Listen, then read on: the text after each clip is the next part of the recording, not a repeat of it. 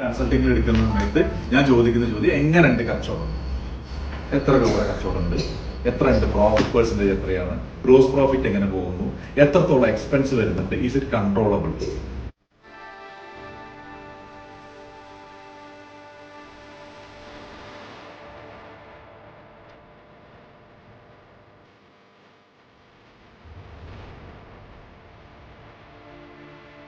ചെയ്തിട്ട് വന്നത് അതിനൊരു ഫ്രെയിംവർക്ക്, ഞാനൊരു ഫ്രെയിംവർക്ക് ഉണ്ടായിരുന്നു. എന്തെനിക്ക് ഈ 3 ദിവസം കിട്ടണമെന്നൊരു ഫ്രെയിംവർക്ക് ഞാൻ ഉണ്ടാക്കിയിട്ടുണ്ടായിരുന്നു.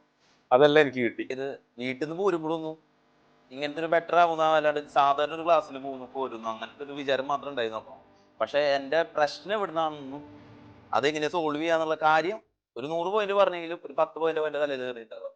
അതെന്ത് ഞാനത് എൻ്റെ ബിസിനസ് പ്രാക്ടീസ്